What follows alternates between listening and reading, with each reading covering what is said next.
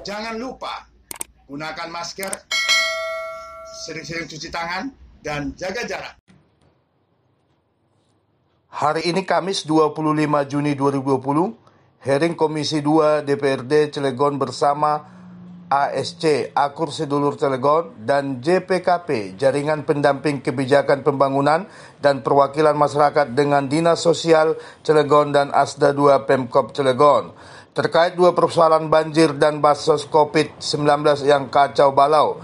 Jaringan Pendamping Kebijakan Pembangunan JPKP menemukan banyak kejanggalan, berikut rekamannya. Pertama, kita mungkin sudah beberapa kali melakukan pendampingan Pak selama dari awal muskel kita itu Pak. Kita mengikuti muskel di 4 kecamatan mungkin sebagai sampling dan di 9 kelurahan yang kita ikuti. Mulai dari muskel, penyetoran data sampai bansos itu keluar, sampai kita turun kembali dari data yang sudah ada ke masyarakat, ke tingkat RT sampai ke penerima. Kita ikuti di 9 kelurahan yang ada di Cilegon. Namun beberapa catatan yang kami peroleh dari perjalanan selama ini kami mengikuti, yang pertama dari awal muskel. Sebelum muskel kita sudah coba koordinasi karena kasus terbesar ini yang menjadi keributan luar biasa adalah tidak tepat sasaran yang paling banyak. Itu kita sempat koordinasi dengan kepala dinas ya Pak waktu itu, dan memang ketika kita konfirmasi bahwa segala sesuatu terkait data itu diselesaikan di muskel, bahwa data ini sudah hasil muskel, musyawarah dari RT, kelurahan dan sebagainya itu di forum muskel. Sehingga kami dan beberapa anggota lain turun mengikuti muskel-muskel yang ada di Kota Cilegon. Namun yang kami bingungkan ternyata di muskel ini kami malah melihat muskel ini kok terkesan kegiatan seremonial gitu ya. Ini realisasi di lapangan yang kami temukan. Kenapa demikian? Karena satu contoh kita ambil di Kelurahan Tepu. Ketika muskel itu hanya diwakili oleh satu RT dan satu RW. Ini menarik gitu.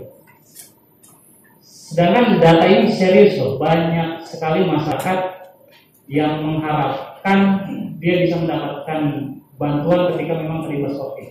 Tapi ketika musyawarah yang seperti apa ketika dilakukan hanya dihadiri oleh satu RT dan satu RW saja. Apakah dia bisa mewakili untuk pembahasan kriteria masyarakat yang mempunyai hak untuk mendapatkan bantuan itu? Itu yang pertama. Yang kedua, kami pun melihat di kegiatan-kegiatan muskel di 9 kelurahan yang kami ikuti tidak ada sama sekali pembedahan data Pak. Validasi data yang dikumpulkan oleh RT sesuai atau tidak ini tidak dibahas. Hanya saja lebih cenderung kegiatan muskel dimulai, RT dan kelurahan menyetorkan data yang selesai muskel. Bahkan kami pun hadir di situ ya, tidak ada tanya jawab, apalagi yang terpenting tadi itulah validasi data yang real di situ. Itu tidak kami temukan. Selanjutnya ketika di lapangan pun karena kita ikut mengikuti sampai bantuan itu tersalurkan, kurangnya sosialisasi.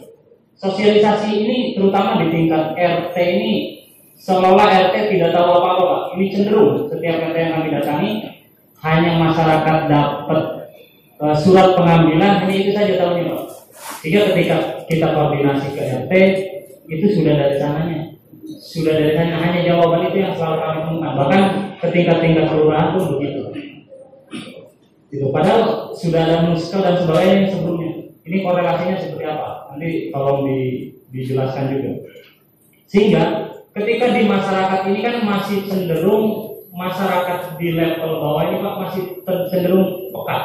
Ketika ada masyarakat yang tidak dapat, itu ada rasa tidak enak dan sebagainya. Bahkan kami temukan di beberapa RT yang mungkin kalau kata bahasa kasarnya mereka pungli, tapi yang mereka tidak begitu.